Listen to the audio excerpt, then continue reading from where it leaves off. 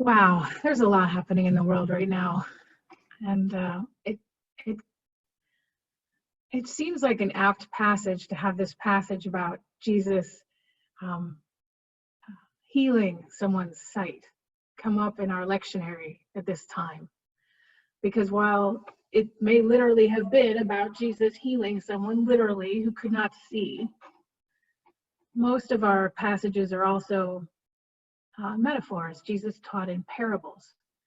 And so a parable about the blindness of humanity and its need to be healed seems especially apt for these days.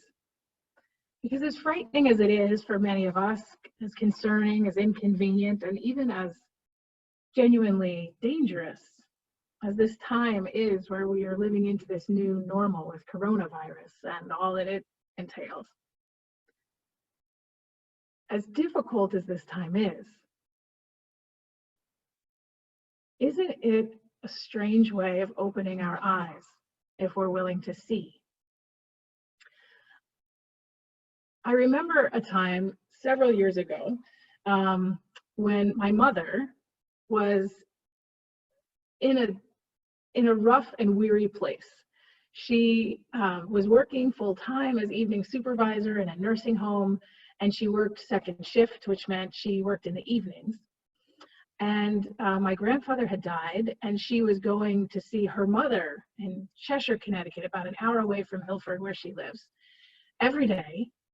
And my sister and brother-in-law were living with her in her house. And she had no social life because she was working second shift, so everyone was getting together for dinner and movies and plays and things when she couldn't go.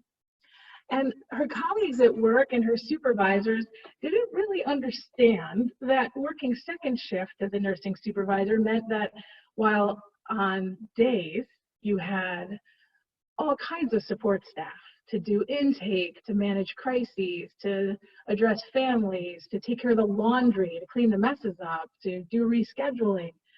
On second shift, she was the only game in town. And she was doing a wonderful job, but she was exhausted.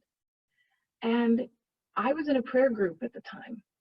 And so I very helpfully, as her daughter, thought, oh, well, I'll bring her to our prayer group. And so we prayed about all the things happening in my mother's life, the fact that she had no social life, the fact that she was working, so much and getting so little appreciation, the fact that her mom really didn't understand how exhausting it was for her to have to go an hour and a half, to Cheshire every day, in addition to working full time and keeping up a house and a family. And the prayer worked. But here's the thing, the way it worked was also fairly devastating in getting the results that she needed. So here's what happened. My mom went to her mother's, as she always did, and her mom needed some curtains hung. And so my mother got up on a step stool at my grandmother's house to hang a curtain rod. And the step stool collapsed and she fell. And she broke her leg quite severely and ended up going to the hospital and laying in a bed with a cast and her dog by her side for weeks on end, which meant she couldn't work anymore. So suddenly the nursing home that had not realized how much it was that she really did for them was scrambling to make up the difference that just one person's loss made. And all of a sudden she was getting calls of, oh my gosh, Dottie, we had no idea all you did. We're so appreciative of all you do for us. Wow, there's no way we can do all this ourselves. We can't imagine how you got this done. She got the appreciation she'd been lacking. And my grandmother said, oh my gosh, I should never have let you get up on that stool. Your father said that stool was unsafe years ago and he's dead, so that's been a while. And I feel so guilty. You don't need to come here as regularly as you were coming. Maybe once a week's enough.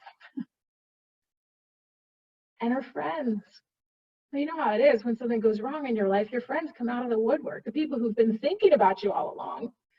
But time passes and we just don't make time to see each other the way we could. And she was available now because she was home in the evenings when everyone else was socializing, and so she could become part of the socialization too. All of a sudden, all the things that had been wrong in my mother's life that seemed unrelated and insurmountable were changed or healed because of a prayer that upset everything. No one wants to break a bone and be in bed for weeks, but that also brought new beginnings and new possibilities that did not seem possible before. We're in the midst of a pandemic that is scary, and for many of us, really life-threatening. It's damaging our economic markets, it's damaging our livelihoods, it's damaging our ability to pay our bills and take care of one another. But it's also doing something to upset the tables and create a new opportunity that we were not finding a way to accomplish before. All of a sudden, all the traffic in the world that we have been unable to address is diminished because everyone's home quarantining. The CO2 levels over our cities are dropping. People in China are seeing blue skies and white clouds for the first time ever that they can remember. The water is getting cleaner in Venice without all the gondola traffic and people. The sediment has settled and the waters are clear, and schools of silver fish are flashing through the canals and dolphins are playing. Animals are starting to reclaim places in our own neighborhoods where they should have been living all along, but we push them out because they're inconveniences to us and to the perfect manicured lawns we like to have and the traffic patterns that we follow. In our own lives, we're having to face the things we often overlook, like the people in our household. And that's challenging for a lot of us. But isn't that exactly where our attention ought to be? We're finding things out about ourselves that before, when our schedules were so busy, we could kind of gloss over. We don't know what to do with ourselves when we don't have too much to do. Or maybe it turns out the commute we had really was too much, and the work schedule we had really was too much. And now, with an opportunity to exhale a little bit, we're realizing that there's a quality of life we've been missing that we've longed to have. We have an opportunity now to do things differently. And those are the selfish things. Our quality of life is improving even as it's challenged in significant ways. But there are other things too for us to consider in this time. And that is that for most of us in our congregation, and maybe those who have the technology to be watching us all over, we're pretty privileged. We are do-gooders, most of us. We want to serve. We want to feel like we're doing good in the world. But it often doesn't feel so immediate that we have to do it right now, you know? But right now, what's happening in this pandemic is that the veil that we used to cover reality with has been lifted. And it's much harder for us to hide the fact that it's the folks who are the poorest among us who are the most vulnerable right now. It's our seniors who are most vulnerable right now. It's the folks without health insurance that are vulnerable. It's the folks at the grocery store. It's the folks who don't earn a living wage even though they work 2 and 3 jobs to support their families, that we've kind of been able to turn an eye against and say, well, my life's so busy, I can't really think about that right now. The problem's so big, I can't really think about that right now. And we've preached in church forever and talked and prayed about it, that it is the least of these whom God most attends to. And a society is really only as good as the poorest, the most vulnerable within it. But now, those theories are becoming our realities. Now we're seeing that very quickly our families, our community infrastructures are falling apart. Something like between 67 and 75% of African American families in this country can't go a week without a paycheck. All of our food service employees who've been working without living wages, living on tips, trying to hustle to make it work, are losing their homes because the restaurants have closed. The man who owns Hobby Lobby, whose name I won't say, but I love to boycott because of his Christian, so-called Christian homophobic work in the world, sent a letter to his employees this week. He's a billionaire. And he said, we're going to have to tighten our belts, folks, to get through this. We have lived in a world where we have believed we couldn't address problems like these that were just bigger than us. But now we are seeing the way these things play out in such stark light that we can't overlook. The blindness that we have been willing to have. A billionaire doesn't need to send a letter to hourly wage earners who are probably losing their homes, who don't have enough to eat, who don't have the transportation to get where they need to get, whose children now have no lunches because they were free and reduced before. A billionaire does not need to tell his staff who live in those circumstances that they can tighten their belts to get through this. The only thing that's going to throw off our blindness is for all of us to be in the midst of a crisis like this that changes everything, so that we have an opportunity to awaken to a deeper, better, more generous, more loving, more sacred humanity that changes these structures that have allowed us to live this way and turn a blind eye. The only way our communities are going to survive is if we band together.